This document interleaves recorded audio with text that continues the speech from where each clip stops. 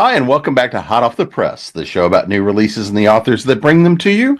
I'm your host, Jim Nettles, and, well, I'm already regretting this. You've already missed the pregame, but you're going to have a lot of now familiar faces, and, well, we're stacking up those to-be-read piles, and there's probably a couple of apologies due in advance.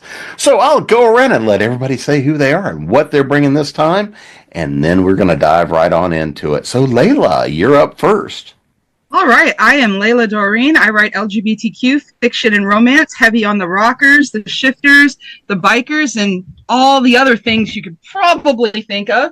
And this is management. This is Socks. He's supervising tonight. Jenny? Hi, I'm Gini Koch. I write the Alien Catherine Kitty Cat series. I also write a bunch of other series and under all big wide variety of pen names and in all lengths and genres. And tonight we'll be talking about a release from one of those pen names. And my management came on for the pre-show and said, ugh, and left. Yeah. Ken, is the management there with you still? Yes, he is. He's asleep though. Come here, little buddy. Nope, you're gonna bite me. Never mind. We're good. Would you like to do an intro? Yes. I'm Jim Nettles. Good. I can. Oh, wait. I'm not needed here. I'm Ken Lange, and I write lit RPG and mythic science fiction. Tonight we'll be dealing with the lit RPG side for Exile Descendants. Actually, that's not fair. Gotta be right in front of your face, my man. Never mind. I'll get it later. So yes, I got a new book coming out March 3rd. Or 4th. Sorry, March 4th. I don't even know when they're coming out anymore. Oh, well, one of those days. It's in March. It's the 4th. It's a Tuesday. It's in March and soonish. Soonish. We're going to start with talk about the world building, right? What world are we stepping into? What's the big setup? We'll dive into characters deeper in the next round, but just kind of the big world setup. So, Layla, I know this is a continuation out of, the party scene. So, what's the big setup for the particular universe we're in and who we're hanging out with in this one? This is book 4 of the Rolling Jokers Motorcycle Club. So it's picking up like less than a week after where book 3 left off. And really the only thing that changes is, of course, the shift in characters. Most of it's going to take place around the clubhouse, their compound, things that they have going on, the new businesses that are being built while they are taking more steps towards going legit. So we are really just taking readers right back from where they left in book 3 and going, hey, remember the guy they were talking about, Kong, that was supposed to be coming home? He's home now. This is his homecoming party. That's where we kick things off, and it is not boring. All right, Jenny. Okay, so I'm here to talk about Natural Born Outlaws, which is book 1 in the Legend of Belladonna by me writing A.E. Stanton. And alert listeners and viewers will go, you talked about that book before. I did. I talked about the hardback version, but the trade paperback is releasing a week from when we're recording this, so February 22nd. So it is, as you can probably judge by the cover, a novel set in the Old West. It's about the West's most infamous female outlaw, the bad men, shootist outlaws, and lawmen that help or hinder her along her way. So writing this, I became an Old West expert. There's a lot about the Old West that people get wrong much of the time, which makes it really difficult to watch certain TV shows and movies because I'm the one sitting there screaming, that's not right, all the time. But I do love the Old West, and I like all the mythic parts about it. So that's very much in this book. Too bad we couldn't partner you and Tamsin for one of a release at the same time. Y'all could have just argued about the Old West and what gets wrong for an hour, and the rest of us could just sit and watch. Yeah. No, I bet we agree on most of the stuff people get wrong, honestly. Ken? So with this little RPG, it is the system comes to town and it brings the apocalypse with it. And all Ian wanted to do was get a nap and retire. And when the apocalypse happens, he can't really do that. So he's going to make some people pay because the boom is good. And he likes blowing shit up. And I already ruined it. Sorry. Hey, if South Park can get away with it, I can too. So, yeah. See, you shouldn't let me just get, you let me get started and then we start doing this. It's fine. I just throw caution to the wind at this point. Jim's going. Choices. This is choices. Another one I have to scrap. Yeah. Scrap the ground up. How do I stop these idiots? Well, yeah, I've given up on that for a long time. This is what happens when you put writers together, and introverted writers that don't want to people, and you put them together to people. I am not an introvert, my man. I love peopling. I'm well aware. Designated extrovert in any group. If you are shy and retiring, come with me, darling. I will make it all better. Retiring is next to you, but that's a different story. So, Jenny. Yes. Let's talk about the people in this. Who are we hanging out with? What's the big setup of the run?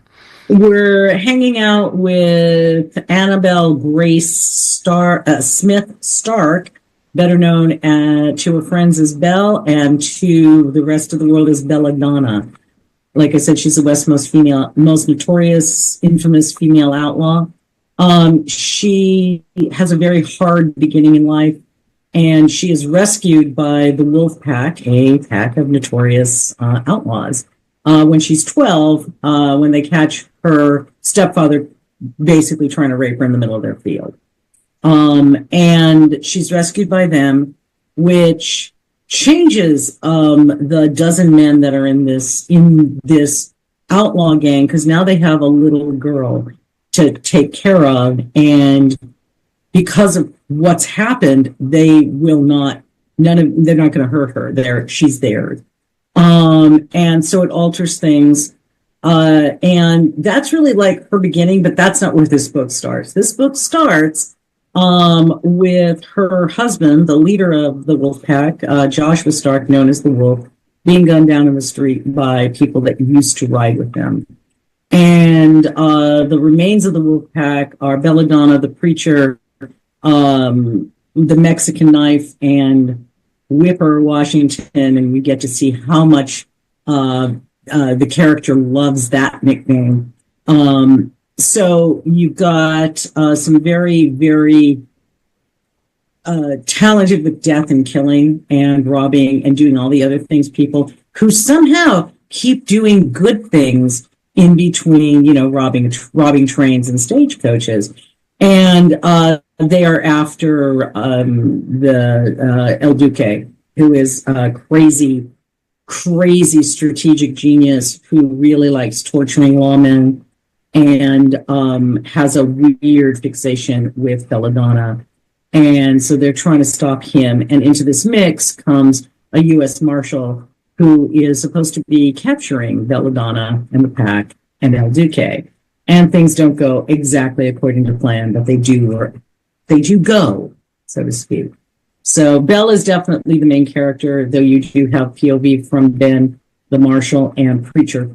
And you get to see what's going on and find out the relationships everybody's in and all this other stuff. So it's very much, Belle is literally the epitome of found family. And she is writing with her found family, and she knows everyone. In the West, literally, everyone was less than 6 degrees of separation from each other. They knew each other. There were tremendously more Negro cowboys than history likes to talk about. There were a lot of Mexican cowboys that were up, vaqueros and such.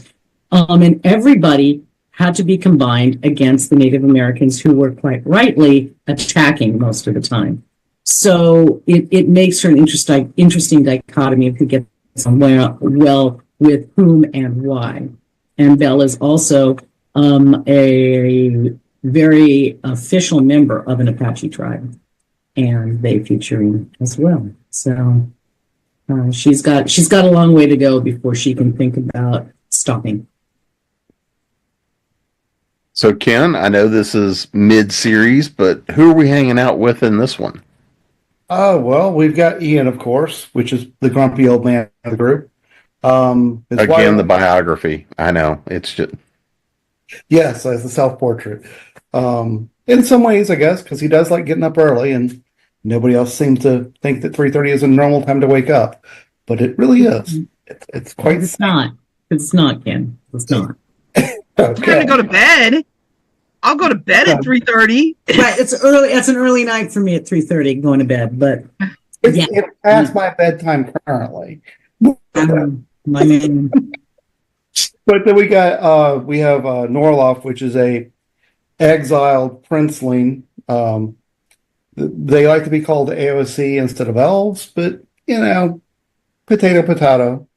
And his friend Magnus, which is a Lord Aegis of the Flame. So there starts off with three characters that have specialized classes because they're not quite human. They have genetic coding that allows them access to these special classes.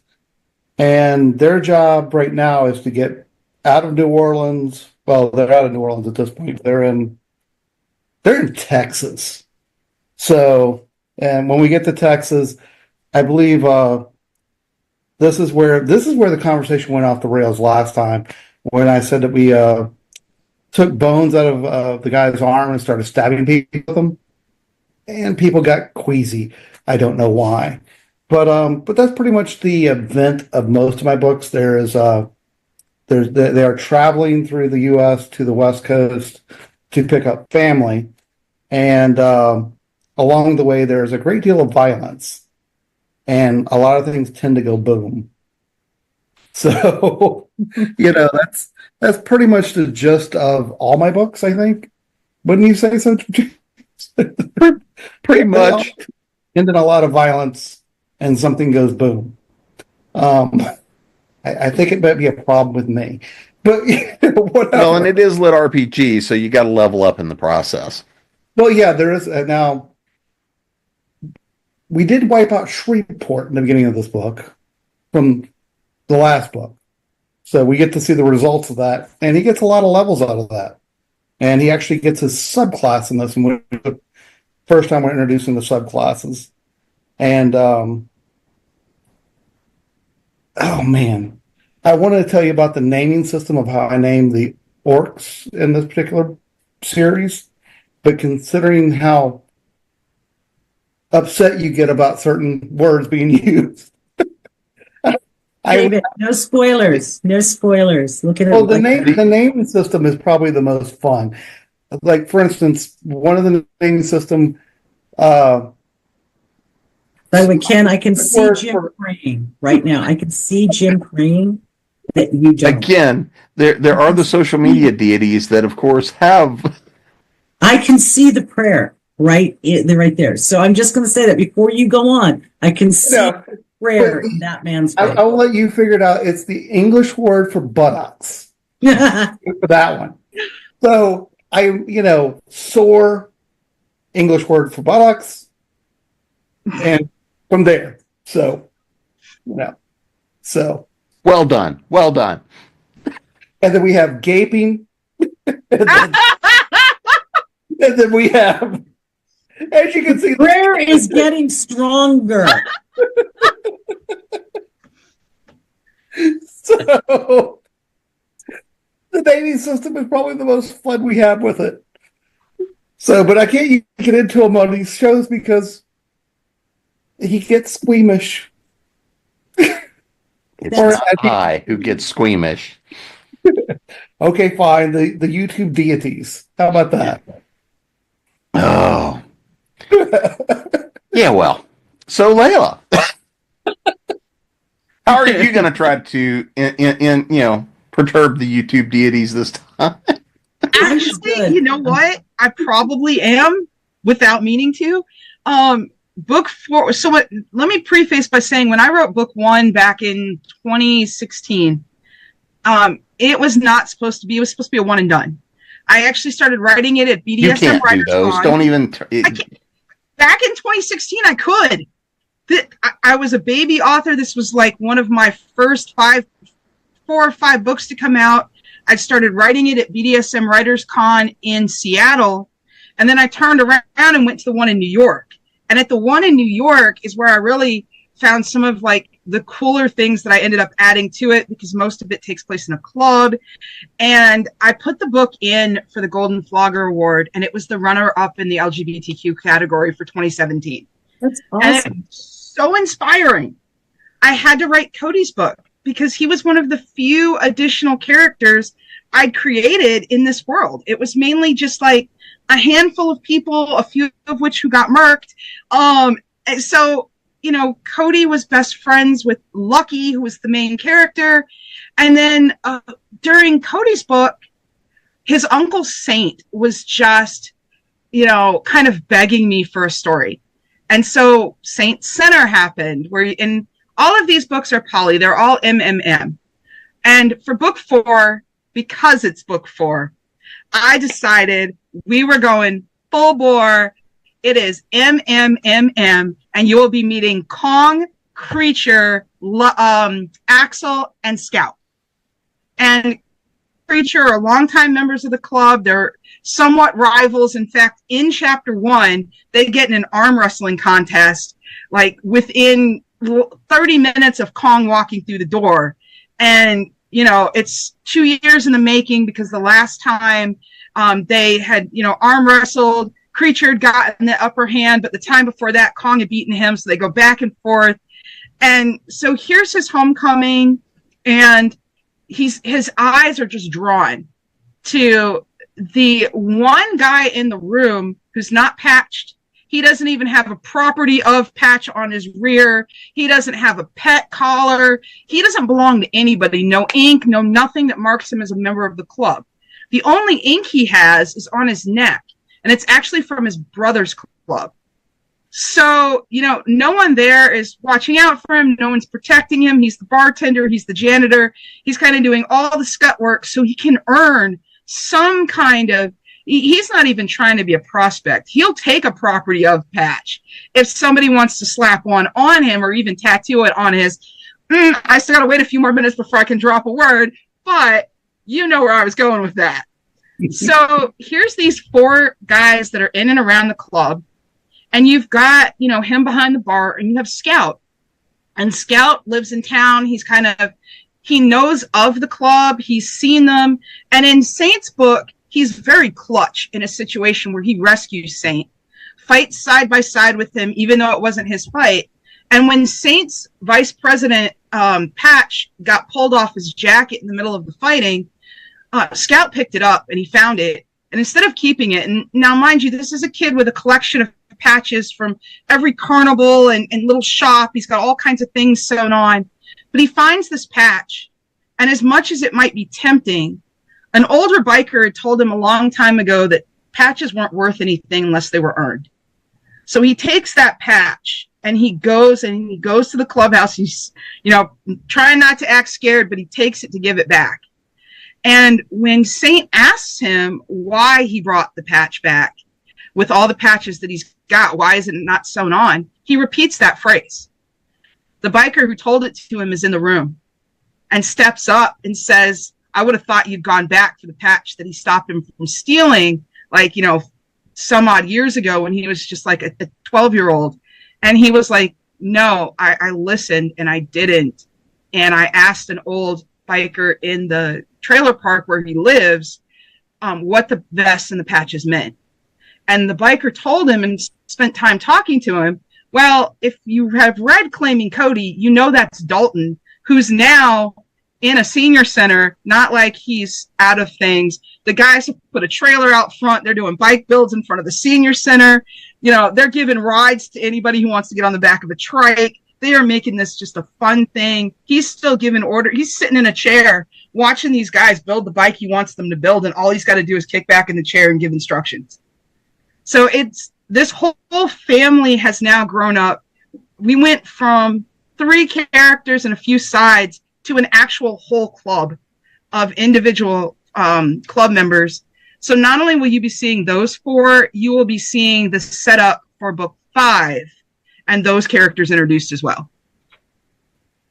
So, one of the things, especially since we're getting into a bunch of stuff here, that these are all series and everything else, there's always that big question. The difference between how do you know this is a standalone or something that's kicking off a series? And, a lot of the time it boils down to, the inspiration that you get into and how much you love the characters and whether or not you can shut their voices up in your head. Because frequently you can't. So, and Ken, I'm going to start with you on this one. So what, and I know this story, but what inspired this series? The lit RPG one? The lit RPG one. Like I said, I think this a little bit of spite, and I was trying to get away from the Nine Realms series. The Nine Realms saga was it's a big project, and I needed to break. And somebody had mentioned something to the effect of me not being able to do something, and I had an idea kicking around my head, and I went, okay. And so I wound up writing the books and going. But I think I'm incapable of ever writing a single book of anything. I went out the gate with it's got 13 books in it now. So the Nine Realms series, I came out the gate, and from 2016 till now, we have 13 books in it. And then this one already has 5. I'm working on 6. And so pretty much for me, it was just I'm incapable of doing a short version of anything. So anything I ever write will be a series. It will be either a series of short stories that, I can't even say that. These are short stories for me. Yes, I remember we had the conversation about what defines a short story. So, because they're all chapters in one very large book for me, so that's a problem. And the only way that I stay sane is to write them all down. So, because like you said, you can't shut them up. They do like to converse.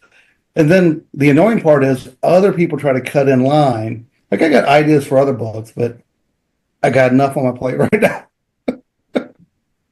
So let's see here. I'm going to try to see if you can see the chapter name here. Oops. And there it goes. Stop right there. No, back up right there. Gotcha. Mm-hmm. So, as I said, my naming convention, I have fun with these series. See, I can't do that with the Nine Realms series because they're all based in myths of all around the world. And so I can't really have a lot of fun like that. So I take advantage of the series with murder chickens, for instance. I'm actually coming up with a crack hen, which will, spew out crack. So as one of its attacks. So yes, that's how. So now I'm kind of addicted to the little RPG series because I can do the crazy stuff that I can't do in my other series because it's serious. So and I think that giant krakens or krakens are could be fun. And demons with intestinal issues, for instance, big giant demons eating Taco Bell, and don't go any farther with that. I'm back. I'm watching out for you there, Jim. Everybody else is kidding. So, Layla, I know you said this was originally a one-off, and you kind of started going down this path, but what really inspired this particular series? Cody, that bratty little fucker would not stop rampaging through my head on an almost daily basis. And it's like, I would ignore him and be like, no, I'm working on this. Okay, fine. I'm going to go raid the, neighboring MC's cash stores on my own. No, you're not. Get back here before you kill yourself off, and I'm not even writing anything.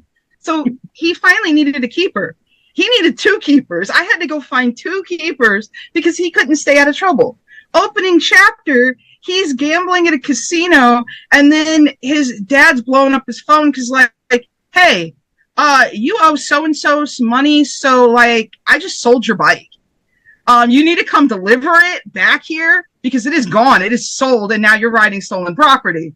And even then, he was, like, really hesitant to even bring it back and come back. And just, he's a spitting wildcat that would not leave me alone. And I love characters like that because if it hadn't been for him, I would never have really explored anything with Saint. You know, Saint being his uncle, Saint being on his side, Saint kind of popping up in book 2 made it so that in the cliffhanger ending of book 2, when I had a character kidnapped, made it so Saint Sinner had to be written. Because I literally left book 2 with them riding back to join the rest of the club because Sin was missing. And, you know, he who is without sin has to get it back.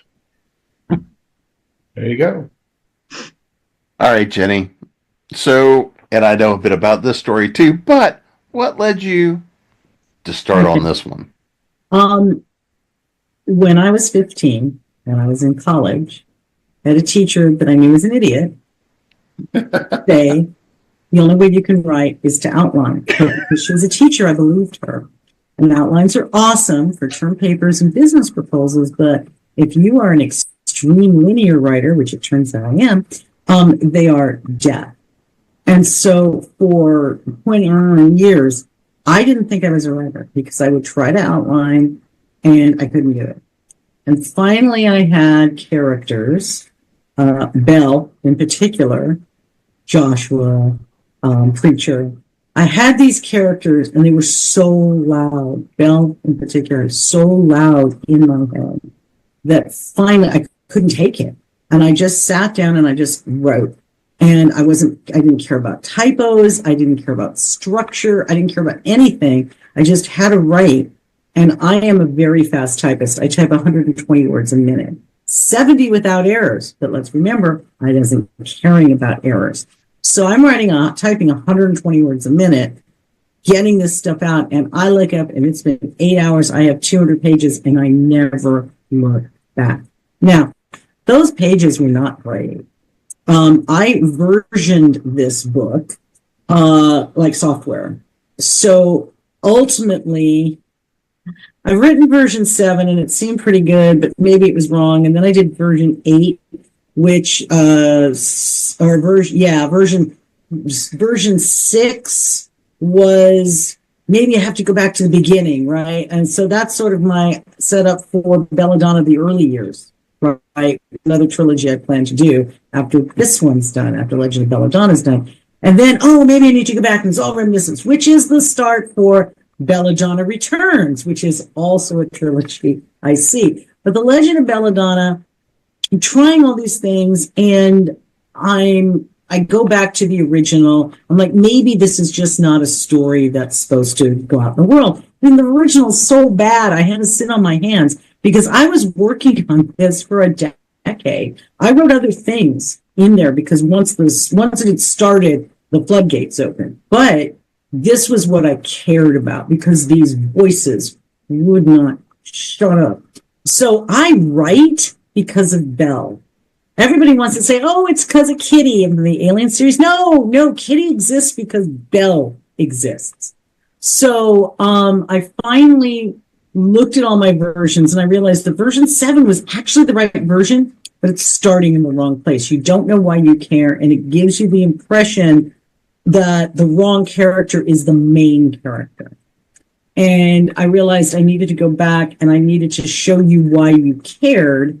And the sections of the novel are set up with where they are. So section 1 now starts in New Orleans instead of in Dodge. Dodge is is part 2. And by starting in New Orleans and seeing everything that happens, you see the relationships, you already know what's going on and why you care. And so that was really important. But I started writing this because Belle was screaming at me.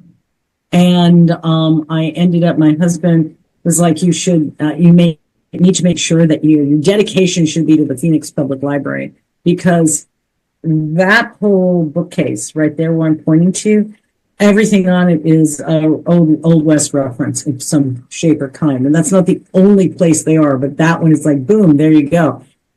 And I had all those books checked out and just on the continuous thing. And sometimes I forget and I'd have to pay. And finally, he's like, you probably bought the books already. Just buy them. Return the library's books so they can have them for other people. I'm like, well, I send them back when they tell me someone else wants it. He's like, maybe that person wants it and they just don't know because you're hogging it. So I bought all the books that I now own. And then I every time I see a good one, I have to buy it, because still in all, this is why I write. This is what started me writing, not anything else. What is actually funny for me once I started writing is that 75% of everything I write comes out of science fiction, whether I wanted to or not. But this series doesn't, because it's set in all the West. So it was really was the characters in my head would not shut up. They were the loudest characters I've ever heard. And remember, I had story ideas all the time, and I just thought I wasn't a writer. And what it was I had listened to an idiot and teachers have power. Certain professions have power that you give them, even if they don't deserve it. So it took a long time for me to realize. It took writing the very worst first version of this book without an outline to realize it was coherent. It wasn't great. Okay. It's like, all I was missing in this was somebody twirling a mustache while he tied someone to the railroad tracks, cackling. And I guarantee it was coming. Guaranteed it's on the way. Right. I wrote 4 books before I realized how bad it was. And then it was like, oh, that has to stop. And some of this, your melodrama is just getting more melodramatic every moment of every chapter. So when people talk about, you have to kill your darlings, kids, I've killed millions of words, millions. So, and you need to, if, I had to, but I learned to write on the series. So, it has a very special place in my heart, and I love the characters beyond belief. These are the characters. You know how people are like, I don't want anything to happen to my characters or something. I only have one set like that, and it's these. And even so, give me enough money, Hollywood, and you can do whatever you want. My characters need protection and a rescuer and somebody to just take them away every now and again and be like, naughty author, you can have them back when you play nice. Stop wrapping chains around people's faces and trying to rip their noses off. Well, see, Belle's the one doing that, so it's all okay. This is a woman bent on revenge for a lot of stuff. Somewhere in the early part of the book, she is talking to the marshal, and she says, "Oh, don't you realize nobody cares about women and children? Didn't you know that? Right? That's her job, as far as she's concerned. She watched her stepfather beat her stepmother, she felt an angel, to death in front of her, and nobody did anything. And anytime she went for help, she was told she was a terrible person and sent back to hell.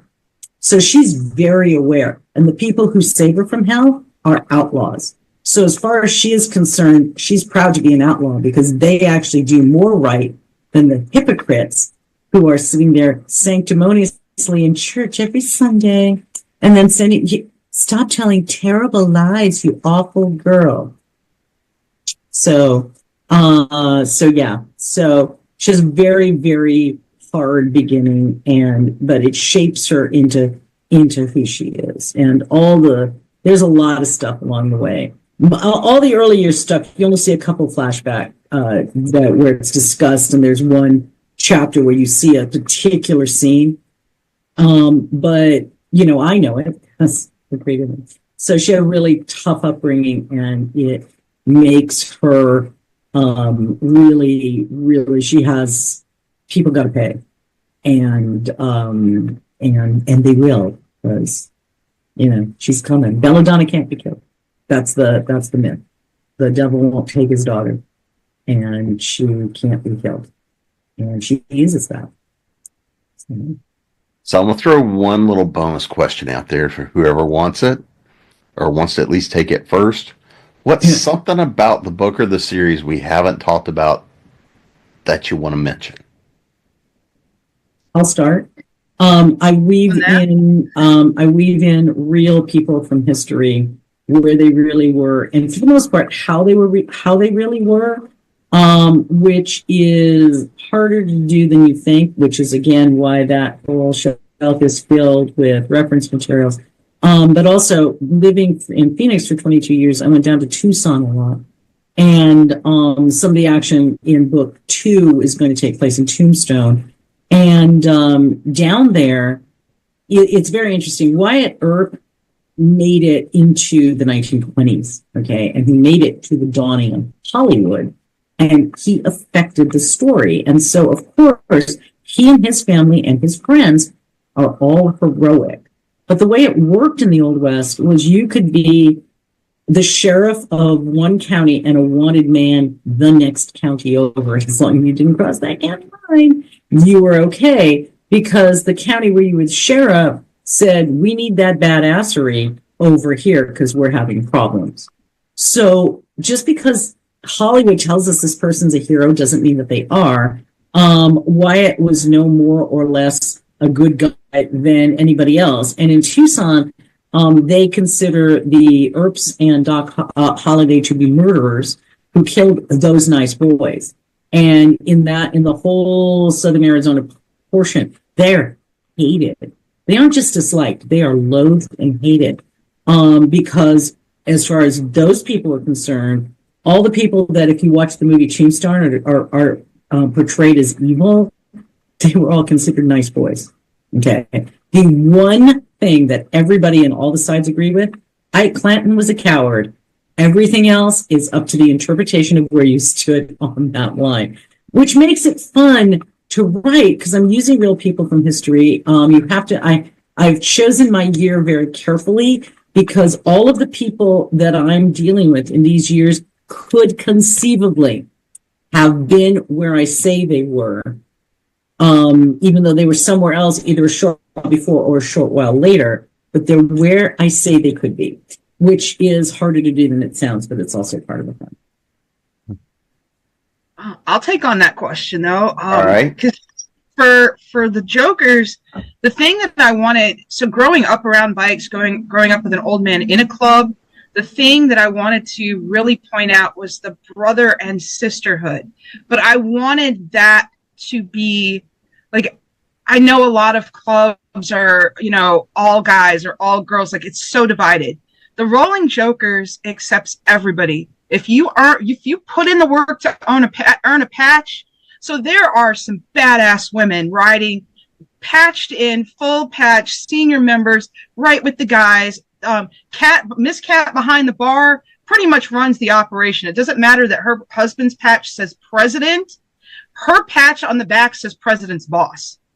So there is no denying who really is running stuff. And because they also, it's very BDSM themed. They operate a club. So it doesn't matter your designation either. You could be a dom, submissive. You could be a little, a pet. Doesn't matter. If you've earned that patch, whatever patch you've earned, your standing in the club is based by the work you've put in and the patches you've earned. And everybody who comes through those doors has the chance to earn the patch as long as they follow the code, they don't rat, they put in the work, and they're, true to the Jokers. You have to just be loyal. And so that's something that I look forward to, like in this book, I've got 2 smaller guys trying to earn some kind of a patch and 2 massive senior guys who are like, all right, we are very interested, but that's still not going to get you patched in. You're still going to have to you might belong to me. You might get a property of tag. But if you want that back patch, if you want that big Joker, that leering Joker face on your back, you got to earn that. So it's going to be fun to see where they decide they want to land. If they want that big patch or if they want that property of patch, hasn't really been unfolded in the story. But I love that I can make it known that they have the option for whichever one they choose to go for. Ken? Well, go back to the same time, choosing your years carefully. One of the fun things you ever want to do if you ever want to mess with your Old West story, just remember that the samurai, the gunslingers, and pirates all existed at the same time. Mm-hmm. So that's always fun. But no, to write lit RPG or science fiction, I think people are always surprised just how much research actually needs to go into these things. We use a lot of science to create our fiction. And that's probably the thing that people just understand. They think that you can sit down at a keyboard and just plow through this stuff. I can't. Unlike you, I spent 15 years outlining. And when I say outlining, I have multiple spreadsheets on Excel that I had to break them up because I had so many tabs. And so it takes a lot of research to make these all happen and to collect the history pieces that I put in, because I use Earth as Earth history. And I created a future with that, with all the really important parts that I wanted to highlight in the book. And that's what took the time. But learning to do, jet propulsion, different types of engines, all that goes into writing science fiction. So I don't have anything specific about my characters because they are basically versions of me, because most of my characters are grumpy, sarcastic, and a little mean-spirited. So it wasn't a whole lot of thought put into them. Don't lie, you're a cream puff and we know it.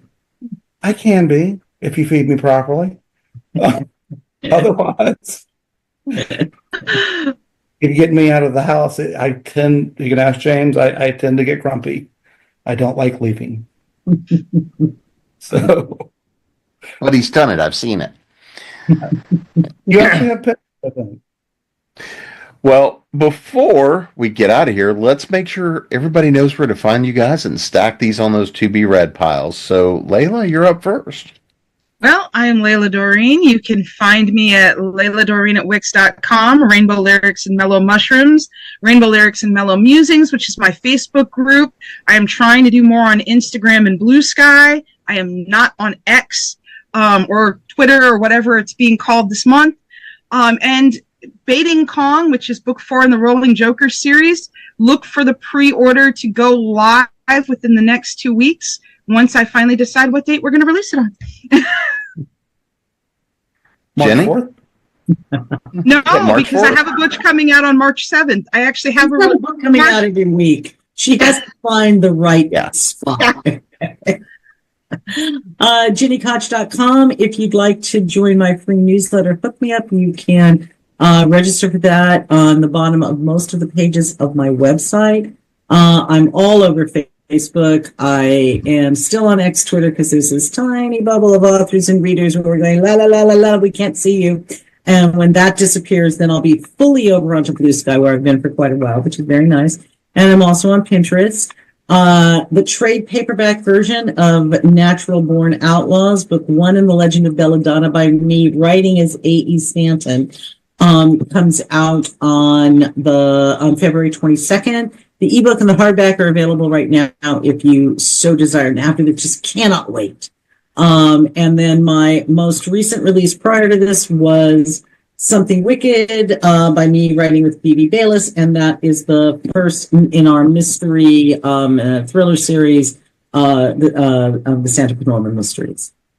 And I have more things coming up, but Layla and I'm sure we'll see you In a week or two. soon. Very soon. Yes, exactly. Ken? KenLangAuthor.com is my website. You can find me on Facebook. Technically, I think I'm still on X. I'm not sure. Or Twitter, or whatever the hell it's called. I'm on Blue Sky, but I'm terrible with it right now. And I might be on Pinterest. I don't know. I'm terrible at social media. Just in case. If you need me, email me, people. Uh, or follow the Facebook page. I usually keep that updated. And my latest and greatest is that one. Yeah, that one, which is Exiled 5. I'm working on Exiled 6. And the one before this was a collection of short stories called The Book of Boom, because the boom is good. And that's pretty much his tagline to annoy all of his friends. Currently, I think in book 6, his new tagline is using the announcer voice to scream mega brain at people. So, because it's a fungus that is a hive mind, but whatever. So, Is there a fungus among us, Ken? not today, but yes, in a few months, probably around June. So yes, there will be a fungus among us at that point. And you can find me at jamespnettles.com, authoressentialsworkshops.com, creatingpros.com, and of course here at ConTinual, assuming the giant fungus does not get to me first. Well, it's the corp fungus is what I'm using. The one that makes the little wasp fly around afterward. They're dead. So you could it'll do you good. It'll keep you moving to make all your appointments because you are way too busy for one human being. Yes. Yeah. You need to look into those zombie spiders past internet, some kind of fungus or something That's on what the I'm using. spider space. That's the one Oh, he's really? Yeah. Nice. That's exactly what I'm using. And the reason why I call it the mega brain is because the actual pronouncing of his name is about that long. Seriously, when you type it out on the page, it takes up a third of the line. Mm-hmm. It's just no.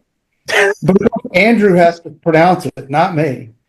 So, and the naming protocol we went through earlier, Andrew had to do, and he about died. Of course, he got worse when he got to the end of the book with Don Juan, the Don Juan class, with Swerve. Starting again. I can see it. You might want to end this. We haven't Until next time. We haven't said goodbye yet. The prayer is starting again. And until next time, go stack up your 2B red piles. Good luck. Oh, hey, Jack.